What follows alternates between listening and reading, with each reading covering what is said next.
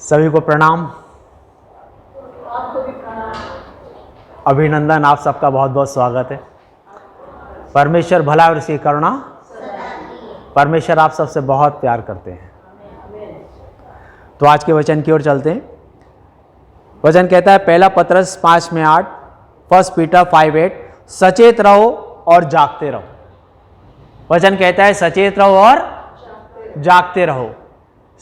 सचेत व्यक्ति हमेशा सुरक्षित रहते हैं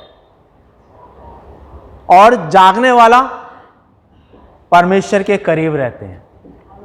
आमीन। सचेत सुरक्षित रहता है और जागने वाला हमेशा परमेश्वर के करीब रहता है, और सोने वाला सोता रहता है। हालेलुया। इसलिए वचन कहता है सचेत रहो, जागते रहो। और अगर हम सचेत हैं और जाग रहे हैं तो हम वचन को देखेंगे यूहन्ना 3:16 में। वो कहता है कि पिता ने जगत से ऐसा प्रेम किया। अगर हम जाग रहे हैं, सोए नहीं हैं, और अगर हम सचेत हैं, तो हमें यह पता रहेगा कि परमेश्वर हमसे प्यार करते हैं, है ना। जो सचेत होगा, जो जागता होगा, उसी को पता होगा ना कि परमेश्वर हमसे प्यार करते हैं, है ना। और यदि हमसे परमेश्वर प्रेम करते हैं तो याद रखेंगे कि सचेत रहेंगे, और जागने का अर्थ है प्रार्थना करना। हालेलुया। अगर हम जाग रहे हैं और सचेत हैं तो हम पहली चीज ये जानेंगे, सचेत हैं, कि परमेश्वर हमसे प्यार करता है। जागने का मतलब क्या है कि हम प्रार्थना करेंगे कि परमेश्वर के साथ हमें चलना है। ये जागने वाले के लक्षण है। हालेलुया। और अगला वचन कहता है यूहन्ना 5:13, जॉन 5:13, क्योंकि भीड़ होने के कारण यीशु उस स्थान से चुपचाप चला गया था। वचन क्या कह रहा है? क्योंकि भीड़ होने के कारण यीशु उस स्थान से चुपचाप चला गया था। प्रभु ने एक चमत्कार वहां पर किया था, कार्य किया था, लेकिन बहुत भीड़ थी। उस भीड़ को देखकर यीशु वहां से चला गया था। प्रार्थना में मन नहीं लग रहा है, प्रार्थना में नहीं आ पा रहे हैं, तो देखना है किन बातों की भीड़ हमारे जीवन में लगी है जहां यीशु नहीं रुक रहे हैं। ऐसे स्थान पर आना है जहां यीशु के साथ हम हो सके, रुक सके। हालेलुया। जहां भीड़ थी वहां से यीशु क्या हुआ? यीशु चला गया। हमें देखना है कि हमारा मन प्रार्थना में नहीं लग रहा है, हम प्रार्थना में नहीं आ पा रहे हैं, परमेश्वर का समय परमेश्वर को नहीं दे पा रहे हैं। तो इसका मतलब देख लेना है कि हमारे जीवन में, हमारे आसपास कहां भीड़ लगी हुई है कि यीशु वहां रुक नहीं रहा है, यीशु वहां से हट जाता है। हालेलुया। और जहां यीशु के साथ, हमें ऐसी जगह आना है जहां हम यीशु के साथ ठहर सकें, रुक सकें।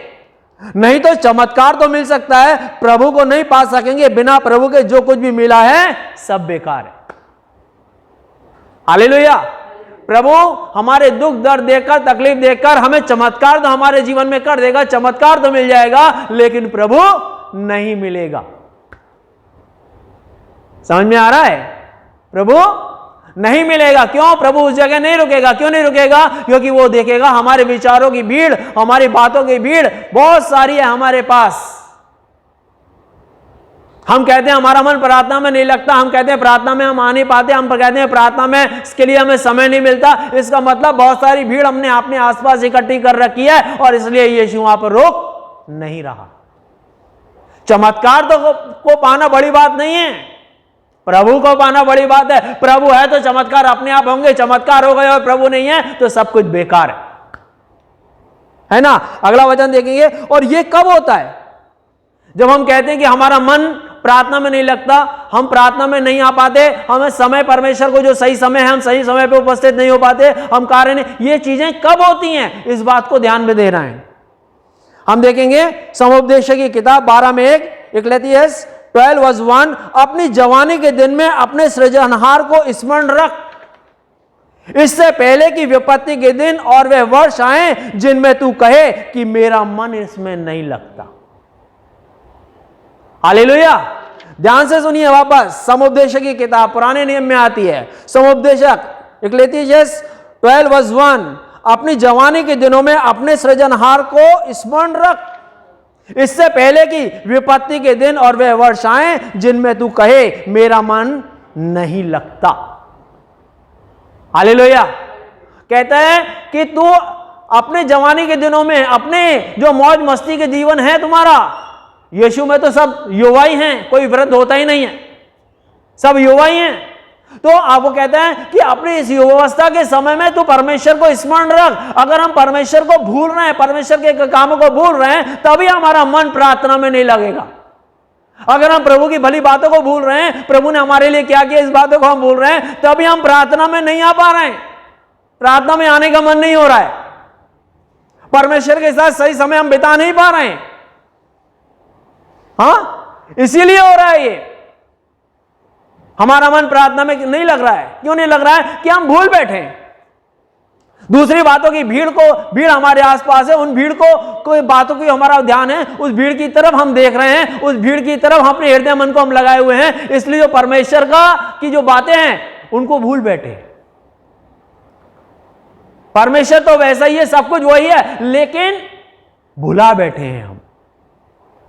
यदि लोग भीड़, विचारों की भीड़, चमत्कारों की भीड़, आलस की चादर अपने लपेट रखी है, तो कभी भी प्रभु के सानिध्य का अनुभव नहीं होगा। प्रभु की सहायता तो होगी, लेकिन प्रभु के सानिध्य यानी कि उसके नजदीक होने का अनुभव कभी नहीं होगा। चमत्कार तो होंगे, हाँ, यदि याद रखिएगा, विचारों की भीड़, चमत्कारों की भीड़, आलस की चादर हमने अपने ऊपर अगर लपेट रखी है।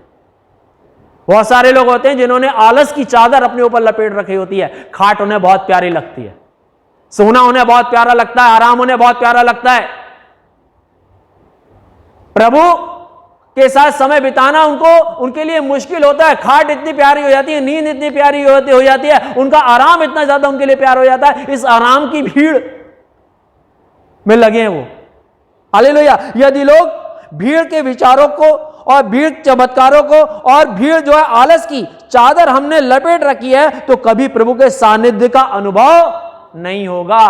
परमेश्वर के करीब होने का अनुभव वो व्यक्ति कभी भी ले नहीं सकता, क्योंकि उसके पास सिर्फ चमत्कारों की भीड़ लगी हुई है, चमत्कारों के चक्कर में पड़ा हुआ है, लोगों की बातें सुनने की भीड़ लगी हुई है, उन बातों में लगा हुआ है। आलस की भीड़ उसके जीवन में लगी हुई है, आलस में लगा हुआ है, वो सोने में लगा हुआ है, अपने लोगों की बात साथ समय बिताने में लगा हुआ है। इसलिए परमेश्वर के करीब है वो, या परमेश्वर हमारे करीब है, इसका अनुभव नहीं होगा। चमत्कार तो हो जाएंगे, सहायता तो परमेश्वर की होगी, प्रभु का अनुभव नहीं होगा कभी।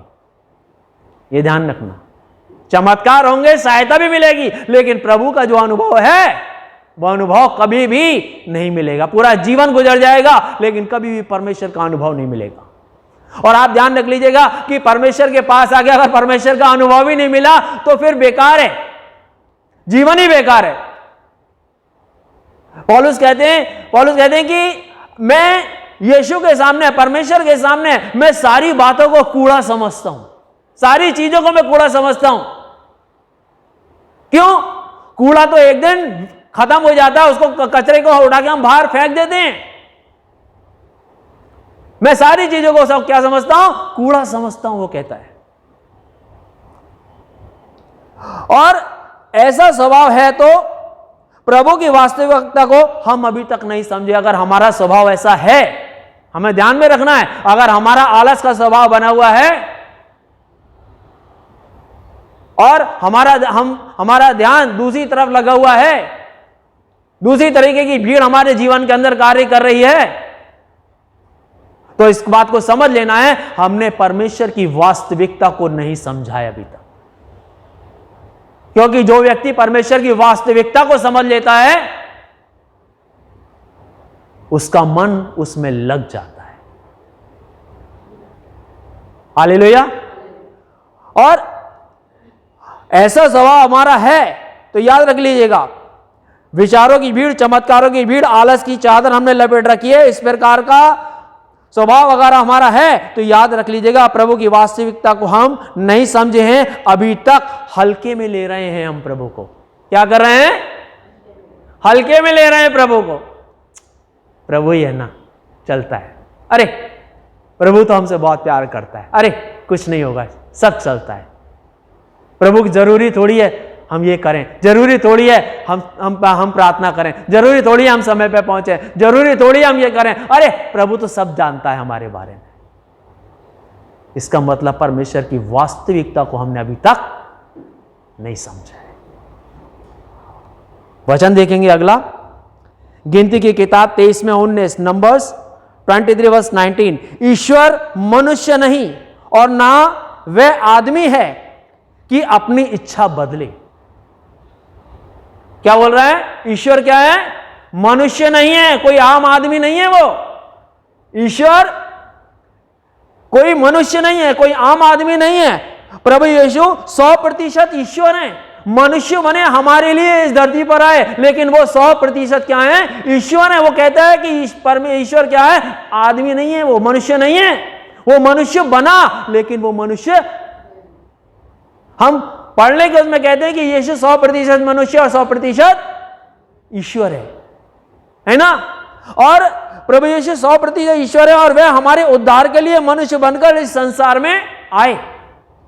लेकिन वचन क्या बोल रहा है?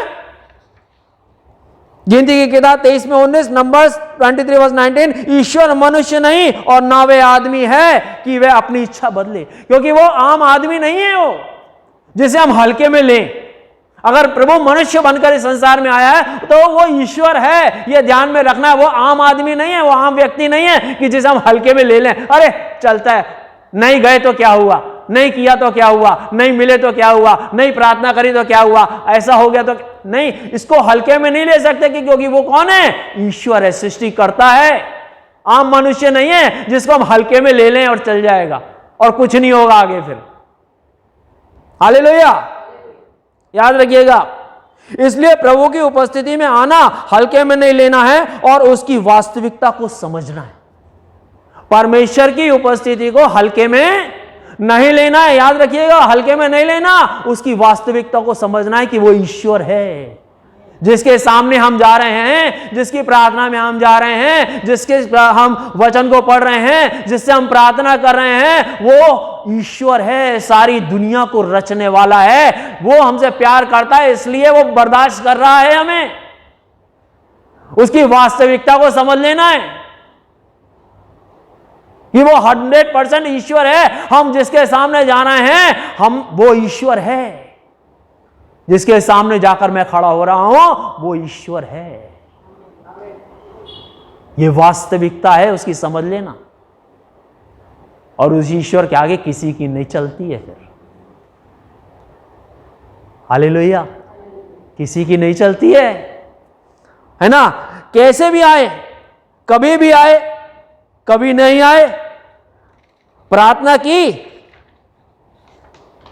कभी वचन पढ़ा, कभी नहीं पढ़ा, मोबाइल में है तो सारा समय बिता दिया मोबाइल में ही हैं। लोगों के साथ बातें में बैठे रहे तो टीवी में लग गए, बातों में लग गए, सारा समय उसी में बिता दिया। ईश्वर के लिए समय ही नहीं था। अरे वो तो ईश्वर है, उसको क्या जरूरत है। वास्तविकता को नहीं समझे, वो वास्तव में कौन है। आम आदमी समझ लिया है उसको, आम व्यक्ति समझ लिया है उसको, इसलिए हल्के में ले रहे हैं। मत लीजिए हल्के में, अभी समय है, हल्के में मत लीजिए। याद रखिएगा, यदि किसी का जीवन इस प्रकार चल रहा है तो जीवन खतरे में है, शत्रु रास्ते से हटा रहा है, सचेत हो जाए। अगर किसी व्यक्ति का जीवन इस प्रकार का चल रहा है तो सावधान हो जाएं, सचेत हो जाएं कि शत्रु रास्ते से आपको हटा रहा है। धीरे से शत्रु कार्य कर रहा है, अगर मन नहीं लग रहा है, ये आपका ध्यान इधर उधर जा रहा है, दूसरी दिशाओं में आप घूम रहे हैं, परमेश्वर की वास्तविकता को नहीं समझ रहे हैं, तो इसका मतलब शत्रु दूसरी दिशा में ले जा रहा है। सचेत हो जाइए, खतरे में है वो व्यक्ति, वो परिवार, वो विश्वासी खतरे में है। ध्यान में रखना। और परमेश्वर की योजना से आप भटक रहे हैं। अगर इस प्रकार का जीवन हमारा चल रहा है, लापरवाही का जीवन हमारा चल रहा है, आलस का जीवन हमारा चल रहा है, दुनिया की भीड़ में हम खोते चले जा रहे हैं और परमेश्वर की वास्तविकता को परमेश्वर के पास आकर अगर हम नहीं समझ रहे हैं तो समझ लीजिए वो व्यक्ति, वो घर, वो परिवार, वो जीवन खतरे में है। शत्रु भटकाकर अलग दिशा में ले जा रहा है, परमेश्वर की वास्तविकता से अलग की ओर चलते चले जा रहे हैं। अगला वचन हम देखेंगे, यिर्मयाह की किताब 29 में 11, यिर्मयाह 29 वर्स 11, क्योंकि यहोवा की ये वाणी है कि जो कल्पनाएं तुम्हारे विषय में करता हूं वे हानि की नहीं वरन कुशल की है, और अंत में तुम्हारी आशा पूरी करूंगा। आमीन। वो कहता है यिर्मयाह 29:11 के अंदर, यिर्मयाह 29:11 के अंदर वो कहता है कि जो योजनाएं मैंने तुम्हारे बारे में की हैं वो हानि की नहीं है बल्कि तुम्हारे लाभ की हैं। ये वचन साफ साफ शब्दों में कहता है कि परमेश्वर की एक योजना है हमारे लिए।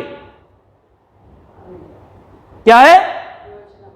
परमेश्वर की एक योजना है हमारे लिए, और ईश्वर परमेश्वर हमारी भलाई के लिए योजना बना रहा है और हम हल्के में ले रहे हैं। प्रभु को तो कैसे होगी उसकी भलाई की योजना हमारे जीवन में?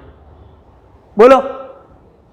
प्रभु हमारे लिए योजना बना रहा है, हमारी भलाई की योजना बना रहा है, और हम उसको वास्तविकता को नहीं समझ रहे, उसको सीरियसली हम नहीं ले रहे, उसके भवन को सीरियसली हम नहीं ले रहे, उसके वचन को सीरियसली नहीं ले रहे, उसके सेवक को सीरियसली हम नहीं ले रहे। तो कैसे उसकी योजना जीवन में आके पूरी होगी? होगी क्या? बोलो, होगी?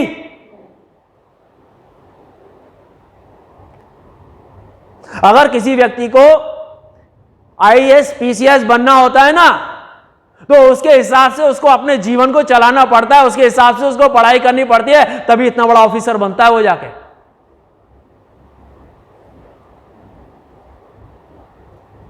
हाँ, आप सोच के देखो। वो कहता है, परमेश्वर का वचन कहता है कि परमेश्वर हमारे लिए योजना बना रहा है, और उसकी योजना हमारे जीवन में वो कैसे पूरी करेगा जब हम उसके साथ चल ही नहीं रहे, उसके वास्तविकता को, उसके ईश्वर तत्व को हम समझ ही नहीं रहे वो कौन है। कैसे पूरी करेगा वो अपनी योजना का हमारे जीवन में, जो भलाई की योजना है हमारी। लोगों को लगता है तो हम तो प्रभु के पास आ गए, हमारा उद्धार हो गया। प्रभु का वचन तो यह कहता है कि लोग मुझे हे प्रभु कहते हैं, उनमें से कोई भी मेरे पास नहीं आ पाएगा। खाली प्रभु प्रभु कहने से कुछ नहीं होगा, योजना पूरी नहीं हो जाएगी। हालेलुया। क्योंकि जब समय आएगा ना, तो उस समय प्रभु से ये नहीं सुनेगा मेरे घुटने में दर्द था इसलिए मैं प्रार्थना में नहीं आया, नहीं सुनेगा उस वक्त प्रभु। शत्रु जब आएगा ना, वो यही तो देखना चाहता है कि आप ये बहाने बनाओ, ये बातें करो, और परमेश्वर की कलीसिया से, परमेश्वर के प्रार्थना के समय से तुम दूर होकर अपना जीवन अलग दिशाओं में बिताओ। शत्रु की यही योजना है, और शत्रु अपनी योजना को कामयाब कर रहा है, लेकिन प्रभु की योजना को व्यक्ति स्वयं असफल कर रहा है। परमेश्वर भलाई की योजना, यश की योजना, मान की योजना, सम्मान की योजना, भरपूरी की योजना, अनंत काल की योजना वो लेकर परमेश्वर बैठा है, और हमारे लिए वो इस योजना को बना रहा है, और लगातार उस पर परमेश्वर काम कर रहा है, लेकिन व्यक्ति उस पर काम नहीं कर रहा, और इसलिए शत्रु आकर उसके जीवन में कार्य करके परमेश्वर की राह से भटका कर उसको अलग दिशा में लेकर जा रहा है, और परमेश्वर की जो योजना है वो काम नहीं कर पा रही है, इसीलिए तकलीफ है। हालेलुया।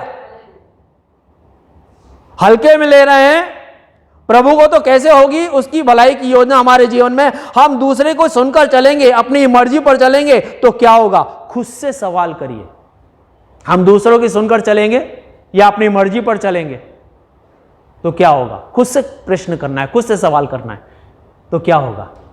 है ना? शत्रु भी योजना बना रहा है नाश करने की मनुष्य को। हालेलुया। शत्रु भी योजना बना रहा है नाश करने की। अगला वचन देखेंगे, उत्पत्ति की किताब 2:3, जेनेसिस 2:3। परमेश्वर ने 7वें दिन को आशीष दी और पवित्र ठहराया। परमेश्वर ने 7वें दिन को आशीष दी और पवित्र ठहराया। परमेश्वर चाहते हैं हमारा सप्ताह का, सब्बात का दिन उसके साथ बिताएं, उसके भवन में, ताकि उसकी उपस्थिति में हम आशीष पाएं। परमेश्वर आशीष देने वाला है। आमीन। परमेश्वर कौन है? आशीष देने वाला। वो क्या बोलता है? परमेश्वर ने 7वें दिन को आशीष दी। 7वां दिन सप्ताह का पहला दिन, जो हम यहां बैठे हैं, सप्ताह के दिन में, हफ्ते के दिन में, प्रार्थना का जो दिन है, उस दिन को परमेश्वर ने क्या दी है? आशीष दी। वचन क्या बोलता है? परमेश्वर ने 7वें दिन को आशीष दी। कब दी आशीष? 7वें दिन, सब्बात का दिन, जो प्रार्थना का दिन था, उस दिन में को क्या दी? आशीष दी। 7वें दिन लोग 7 समुंदर पार चले जाते हैं घूमने, तो आशीष कहां मिलेगी? समुंदर ही मिलेगा। हाँ, 7वें दिन को पवित्र क्या ठहराया परमेश्वर ने? पवित्र ठहराया। परमेश्वर ने 7वें दिन को आशीष दी और पवित्र ठहराया। क्या कहा? ये 7वां दिन मेरे लिए है, तुम्हारा ये समय मेरे साथ बीतना चाहिए ताकि मैं तुम्हें 7वें दिन को तुम्हें आशीष दूं। तुम पूरे सप्ताह आशीषों का जीवन जियो। लोगों के जीवन में पूरी आशीषें नहीं आती क्योंकि उसके सानिध्य में समय नहीं बिता पाते, उसके साथ जी नहीं पाते। हालेलुया। फिर भी हम देख सकते हैं कि लोग दुख समझ, परमेश्वर क्या है? आशीष देने वाला है। फिर भी हम देखते हैं लोग दुख में, समस्या में, बीमारी में, तकलीफ में चल रहे हैं। प्रार्थना में कभी आते कभी नहीं आते, अपनी मर्जी के हिसाब से चल रहे हैं। इसका नतीजा क्या हो रहा है? लोग दुख में, तकलीफ में, बीमारी में चल रहे हैं। लोग बोलेंगे अरे यीशु के पास आए हैं, फिर दुख में, तकलीफ में, परेशानी में क्यों है? संसार के लोग तो देख के यही बोलेंगे ना, लेकिन संसार के लोगों को तो ये नहीं मालूम ना। हाँ, यीशु के नाम पे आते हैं, लेकिन कभी आते हैं कभी नहीं आते, कभी अपने मूड में रहते हैं, कभी पढ़ते हैं नहीं, कभी नहीं पढ़ते, कभी प्रार्थना करते कभी नहीं करते, कभी कुछ बोलते हैं, कभी किसी के कहने में चलते हैं, कभी किसी के कहने में चलते हैं। परमेश्वर की जो योजना है उसको तो ना सुनते हैं, ना जानते हैं, ना समझते हैं, ना परमेश्वर का जो उपस्थिति है उसको उसके अंदर आने का काम ही नहीं है इनके पास, समय ही नहीं है इनके पास। और लेकिन इसीलिए इनके जीवन में तकलीफ है और नाम बदनाम किसका हो रहा है? परमेश्वर का। कि प्रभु के पास आके वही आशीष क्यों नहीं मिली तुमको? क्यों नहीं मिली? हाँ, अगर डॉक्टर दवाई दे, दवाई ना खाएं तो बाद में बोले डॉक्टर खराब है ना? डॉक्टर ने तो दवाई दी थी, समय पर खाई क्यों नहीं? उसने तो बीमारी की दवाई दी थी। प्रभु ने भी दवाई दी है हमें। 7वें दिन तुम आओ, प्रार्थना में समय बिताओ, मेरी उपस्थिति के अंदर आओ तो तुम्हारे दुख को भी मैं सुख में बदल दूंगा। लेकिन उस दुख के अंदर भी तुम्हें साहस रहेगा, ताकत रहेगी, हिम्मत रहेगी। उस दुख पर विजय पाने की, जीतने की तुम्हारे अंदर हिम्मत, ताकत रहेगी, क्योंकि मैंने इस दिन को आशीषित किया है, पवित्र किया है। और जब तुम इस दिन में आते हो तो तुम्हारा हृदय मन, वचन को अपने हृदय मन में लेते हो, तो उस पवित्र दिन में आकर तुम्हारा हृदय मन भी पवित्रता से भर जाता है। हालेलुया। और फिर भी हम देख सकते हैं कि लोग दुख समस्याओं में जी रहे हैं, बीमारियों में जी रहे हैं। क्यों? खुद से प्रश्न करना है। किससे प्रश्न करना है? प्रभु से। हमारे साथ ऐसा क्यों हो रहा है? किससे प्रश्न करना है? प्रभु से। बोलो बोलो। लगता है आप सब ध्यान से सुन रहे हैं। हाँ, इसलिए हर बात का जवाब भी दे पा रहे हो आप लोग, गर्दन हिला के। अच्छी बात है, धन्यवाद प्रभु का। ध्यान से सुन रहे हो आज आप। सच बोल रहे हो आप लोग, ध्यान से सुन रहे हो आज। यीशु आशीष देने के लिए आए, फिर क्यों ऐसा हो रहा है? यीशु तो इसीलिए आए ना, आशीष देने के लिए आए ना। क्रूस पे हमारे लिए अपना जीवन उन्होंने दिया है ना। काहे के लिए? उन्होंने कहा पूरा हुआ, दुख तकलीफ का समय, समस्या का, कंगाली का समय तुम्हारा पूरा हुआ, तुम्हें आशीष का समय तुम्हारा शुरू हुआ। अब क्यों ऐसा? मैं अपने आप को देखता हूं कई बार, अगर मेरे जीवन के अंदर कई रुकावट आ गई तो मैं अपने आप को चेक करने की कोशिश करता हूं। कहीं ना कहीं मैं परमेश्वर की जो आज्ञा है, परमेश्वर की जो बातें, उससे कहीं शायद हटाऊं, इसलिए जो योजना उसकी थी वो अभी तक पूरी नहीं हो पाई है। और अगर मैं वापस उस जगह में आऊंगा तो उसकी योजना मेरे जीवन में पूरी जरूर होगी। आमीन। हमारे जीवन में पूरी जरूर होगी। वो तो आशीष देने के लिए आए ना। वो तो क्या, उसका वचन तो झूठा नहीं है। वह पवित्र शास्त्र कहता है परमेश्वर मनुष्य नहीं कि झूठ बोले। वो आशीष देने के लिए आया मतलब आशीष देने के लिए आया, जयवंत करने के लिए आया मतलब जयवंत करने के लिए आया, वो चंगाई देने के लिए आया, इसका मतलब चंगाई देने के लिए आया। उसके कोड़े खाने से हम चंगे हुए, इसका मतलब चंगे हुए हैं। अगर नहीं हो रहा है तो इसका कहीं ना कहीं मनुष्य की खता है, मनुष्य गलत है, कहीं मनुष्य उसकी उपस्थिति से बाहर है, अपनी मर्जी पर कहीं चल रहा है, दो दिशाओं में वो दौड़ रहा है, इसकी वजह से दो नाव में पैर करके चल रहा है, इसकी वजह से उसके जीवन में जो परमेश्वर की योजना है पूरी नहीं हो पा रही है। खुद से प्रश्न करना है, खुद से सवाल कर लेना है कि मेरे जीवन में ऐसा क्यों कर हो रहा है। हालेलुया। देखना है क्या हम प्रभु के को सही समय दे रहे हैं, क्या हम प्रभु का जो आदर देना चाहिए वो दे रहे हैं, क्या प्रभु का भय हमारे अंदर है, ये ध्यान में रखना है। क्या हम प्रभु को सही समय दे रहे हैं, क्या प्रभु का आदर जैसा हमें करना चाहिए वैसा आदर हम कर रहे हैं, क्या प्रभु का भय हमारे अंदर है। हाँ, अगला वचन हम देखेंगे भजन संहिता 103 में 14, साम 103 वर्स 14, जैसा पिता अपने बालकों पर दया करता है वैसे ही यहोवा अपने डरवैयों पर दया करता है। किस पर दया करता है? अपने डरवैयों पर, जो उसका भय मानते हैं। भय मानने का मतलब खड़े होकर कांपना नहीं है। भय मानने का मतलब क्या? परमेश्वर की आज्ञा में मुझसे चूक ना हो, यह भय। वो कहता है कि जो उसकी आज्ञाओं को मानने के लिए परमेश्वर को आशीष देता है, जो उसके डरवैये हैं, जो उससे डरते हैं। किस बात से डरते हैं? कि परमेश्वर की आज्ञा को पूरा करने में हमसे कोई चूक ना हो जाए, यह डर उनके अंदर होता है। परमेश्वर का भय नहीं, परमेश्वर की आज्ञा से हमसे चूक ना हो जाए, इस बात का भय। प्रेम का भय। कैसा प्रेम का भय? कि जब हम जिससे प्यार करते हैं तो हम उसे सोचते हैं कि हमसे कुछ ऐसा ना हो कि इसको दुख हो। यह भय होता है। यह भय नहीं कि वो तलवार लेके खड़ा है, हमसे गलती हुई तलवार से गर्दन काट देगा, या तोप लेके बंदूक लेके खड़ा फटाफट तोप के गोले से उड़ा देगा।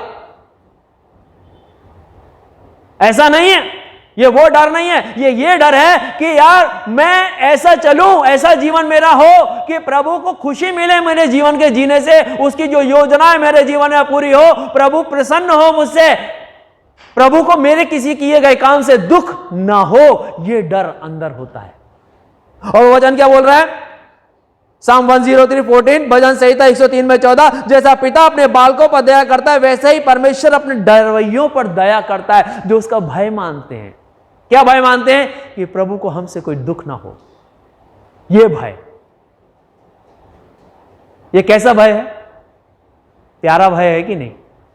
बढ़िया भय। डर कैसा डर है? ये प्यार का भरा हुआ डर है ये, कि मुझसे ऐसा कुछ ना हो जिससे प्रभु आपको दर्द हो, आपको तकलीफ हो, आपको दुख हो। और पवित्र शास्त्र कहता है पवित्र आत्मा को शोकित मत करो।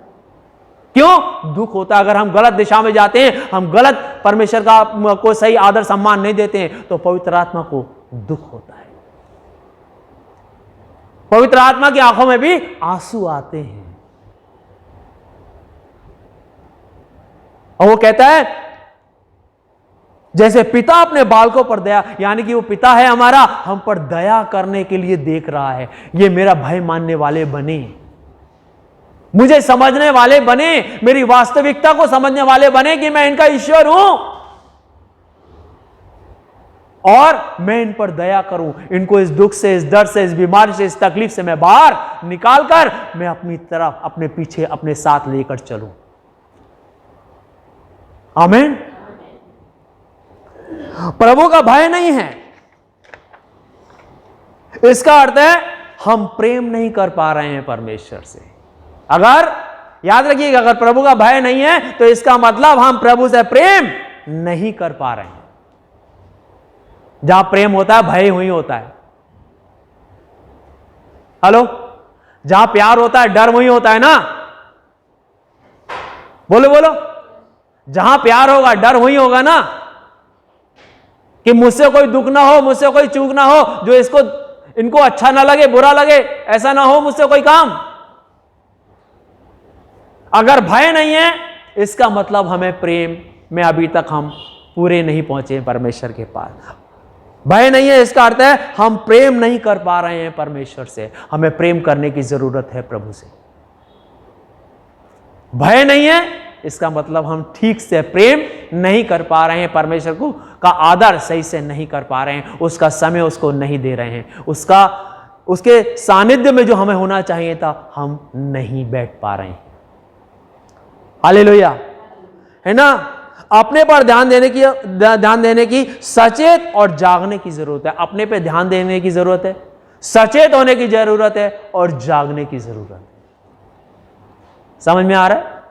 हमने यहीं से शुरू करा था, सचेत होना और जागना। अगर सचेत होंगे तो आप भय मानेंगे परमेश्वर का। भय तभी मानेंगे जब आप उससे प्यार करेंगे। जागते रहेंगे आप, तब आप प्रार्थना करते रहेंगे। क्यों? मुझे उसके साथ जुड़ा रहना है, इसलिए सचेत रहिए और जागते रहिए। हालेलुया। इस वचन को अपने हृदय मन में बसा लीजिए पूरी तरीके से, पूरी तरीके से, और परमेश्वर की वास्तविकता को समझ लीजिए पूरी तरीके से, वास्तविकता को, कि वो ईश्वर है, 100% ईश्वर है, 100% वो इंसान है ना। 100% वो क्या है? ईश्वर है। 100% वो इंसान है। तो जो ईश्वर है, ईश्वर को क्या, किस प्रकार हमें उसका आदर करना चाहिए, ये हमें ध्यान में रखना है। वो 100% ईश्वर है, उसकी वास्तविकता को हमें समझना है, उसका भय हमें मानना सीखना है, उससे प्रेम करना सीखना है, उसके साथ समय बिताना हमें सीखना है, उसको जो वो है उसको समझना है।